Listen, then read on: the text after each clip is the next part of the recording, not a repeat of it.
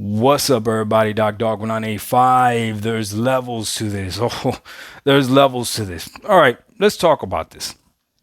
So Xbox is shutting down some studios, and what you're seeing right now is a lot of people either fake concern, fake outrage, doom and gloom, and all this other stuff as if studios haven't closed before. Now, before you click off, understand that you're here because you want to hear the truth. And I'm going to tell you the truth whether you like it or not, okay? This is the truth, right?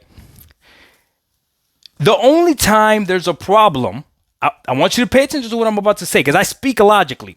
The only time there's a problem with a studio closing is if that studio makes games that you like.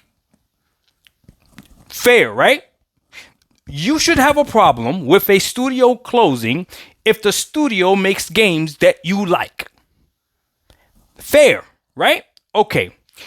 Here's the truth, okay? Because we're going to speak facts. 7.9% of Xbox gamers beat Hi-Fi Rush. 7.9. I know because I have the achievement. And when I got the achievement, it was a rare achievement. 7.9% of people, of Xbox gamers, beat Hi-Fi Rush. So guess what? Xbox gamers, you didn't like Hi-Fi Rush. Shut up. Stop lying. Okay? All right. 6.8% of gamers beat Ghostwire Tokyo. Guess how I know? Because I beat Ghostwire Tokyo. My gamer tag is Dog1985. You could go check if you want. I have nothing to hide. I have nothing to lie, okay? So, these are the facts. If someone is speaking about this and they haven't beaten Hi-Fi Rush or they haven't beaten Ghostwire Tokyo, tell them to shut up. They really don't care about those studios. Tell them to stop pretending. They look pathetic. Now, Redfall was a disaster. And no one is going to complain about that. But now we're sad that that studio is closing. You're a liar. You're a liar. You really don't care. Okay? So, unless you beat, now if they beat it, by all means, okay? Because these are also facts, right? We know that Microsoft this generation, the Xbox this generation, their metrics of success is engagement in the game, and obviously they also care about sales as well, right? The game didn't sell well, and if only 7.89 people beat Hi-Fi Rush, then the engagement must have not been that good.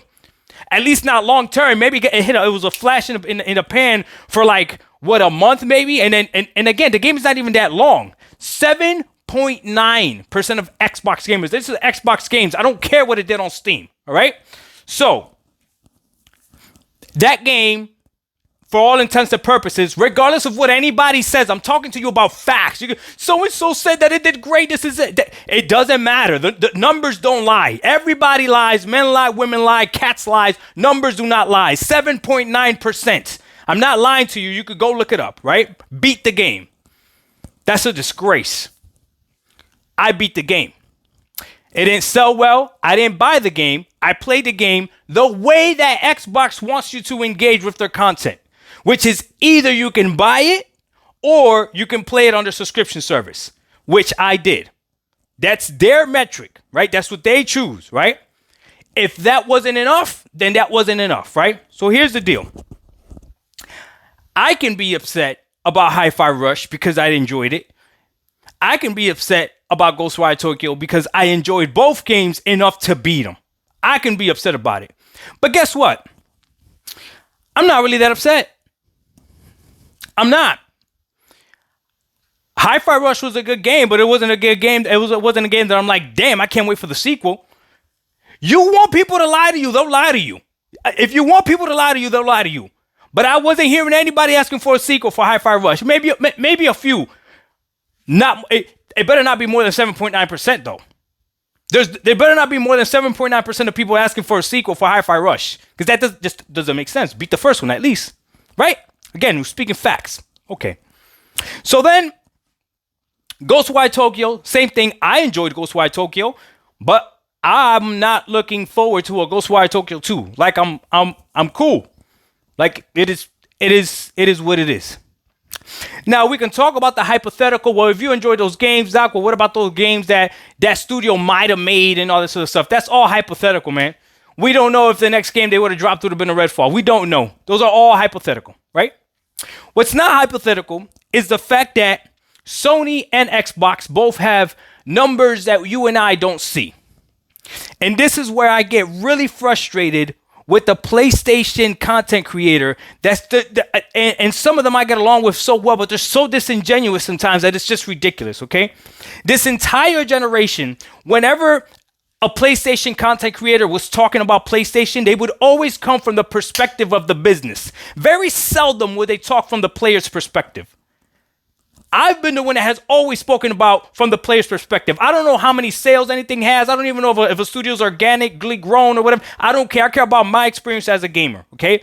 And I'm telling you right now, as a gamer, these 2 studios or these 3 studios closing down, right, does not affect me much. And I beat those games. I need you to understand that. I know you're getting mad right now, but I beat those games and it doesn't affect me much. Oh, damn. That sucks, man, but it is what it is. That sucks. It is what it is. People that lost their jobs, I'll pray for them. That's the best I could do. But I'm not gonna pretend like I'm heartbroken, crying in a bathroom because people lost their job. Not. Do you want me to lie to you? We're not doing that, okay? And again, anybody that talks about this, tell them to show the freaking achievement scores or the trophy scores. Freaking, the disingenuousness is just ridiculous. Anyways, okay. So, the numbers. Xbox has numbers. PlayStation has numbers now, right? Numbers that you and I don't see. PlayStation fan base is used to talking about the business perspective of PlayStation, how much sales and all this other stuff, NPD numbers, anything that benefits Sony directly, but it might not benefit the gamer. They're always used to arguing those things. This entire generation. Yet now, when this comes up, they want to speak as if they're concerned about the Xbox gamer. Again, just liars, just disingenuous. They're just lying to your face. They don't care. Because if they cared, they'd be able to justify this the business route, which is insane that I'm about to do this just so you can understand. Because again, we're going to speak facts. These are facts, right? Xbox, the gaming division, has not been doing well, right? Financially or numbers wise, right? A lot of you believe that, right? Xbox showed their financials, right? Or there was a financial report that came out that showed that ABK did so well that it was able to boost up Xbox. And without ABK, Xbox would have done horrible. Am I lying or am I speaking facts? Facts. Okay, thank you. So now, from a business perspective, if you're Xbox and you just spent all this money on ABK and you're seeing that ABK is the product that's actually giving you money, there's only 2 ways to make a profit. You either make more money or you spend less. You want to be in a caloric deficit? You either burn more calories than you consume or you shut your mouth and you eat less. Get some willpower in you. There's no magic secret. If you want to do it the carnivore diet, if you want to do it the keto diet, if you want to do intermittent fasting, if you want to count your caloric deficit. That if everything else is fine, hormonal levels and your health is fine, caloric deficit is the key. You either increase the calories that you burn or you eat less or you do both. Well, same thing with money. You want to make profit, right? You either make more money than you're spending or you spend less money. So if Microsoft and Xbox are seeing that the ABK is making all this money, it would make logical sense from a business perspective for them to go ahead and cut, no matter how well something did, cut things that aren't making them money, that aren't making them a profit. The reality is that you and I could talk all the trash we want about Halo, but we don't know how much money Halo's making them. Or we don't know if it's worth it to them. Again, they have numbers to cut 343. I saw people saying cut 343, all this other stuff. We don't know. We don't have those numbers. But the fact that you couldn't see this, that now that they have ABK, you don't think they're going to prefer to throw a lot of resources at ABK? That would make more sense from the business perspective. Now, what does that mean for the gamer? Because that's the only thing that matters. This sucks for Xbox gamers because what we're about to lose is the thing that made Xbox this generation extremely different, which was the variety of games.